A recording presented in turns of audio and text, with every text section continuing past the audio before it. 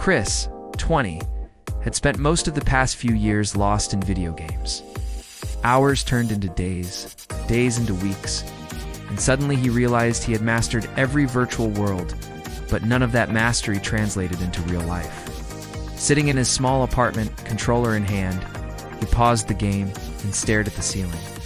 I've wasted too much time. I need to do something that actually matters. I need to become a millionaire. The first challenge hit immediately. Jobs rejected him faster than he could click apply. Freelance gigs promised money, but delivered clients who vanished after a single email. Side hustles seemed promising, reselling sneakers, dropshipping gadgets, even creating small YouTube content, but each venture came with hidden pitfalls. Shipping errors, zero engagement, unexpected fees. Every evening, Chris stared at his bank account. $73.27. Yet he refused to quit. He called it the loop, a daily cycle of trying, failing, learning, and starting over. The loop was exhausting, relentless, but strangely addictive. Each tiny win felt like a crack in the wall of impossibility. $200 from freelancing one week, $50 from selling digital art, a YouTube video that brought in $30. Not a fortune, but progress. Chris discovered something crucial. The millionaire wasn't achieved overnight. It was a puzzle. Every rejection taught him how to craft better applications. Every failed side hustle taught him risk management. Every hour of research showed patterns in how young millionaires actually built their wealth.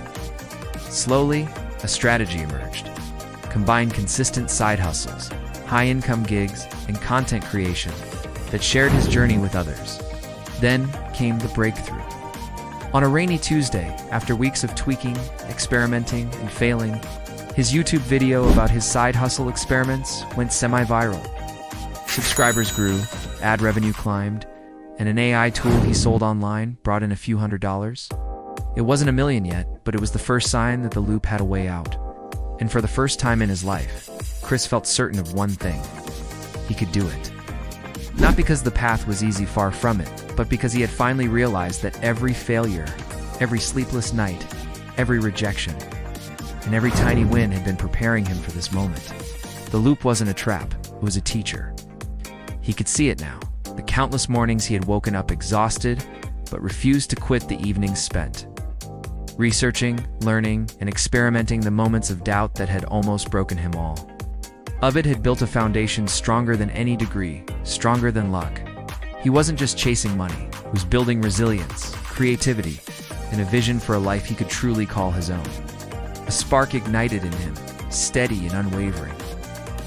The fear that had once held him back, the fear of failing, of being judged, of never achieving enough felt distant now, like a shadow fading in the sunlight. Chris leaned back against the wall, letting the quiet hum of the city fill the room. "I've got this," he whispered to himself. And in that whisper was a promise not just to the world, but to the version of himself that had spent years in virtual worlds, lost and unmotivated. He knew the road ahead would still be full of loops, setbacks, and challenges. But now, for the first time, he carried something far more valuable than money: certainty in his own ability to rise, adapt, and succeed.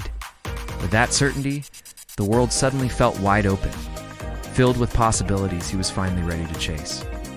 One loop, one small win, and one bold risk at a time.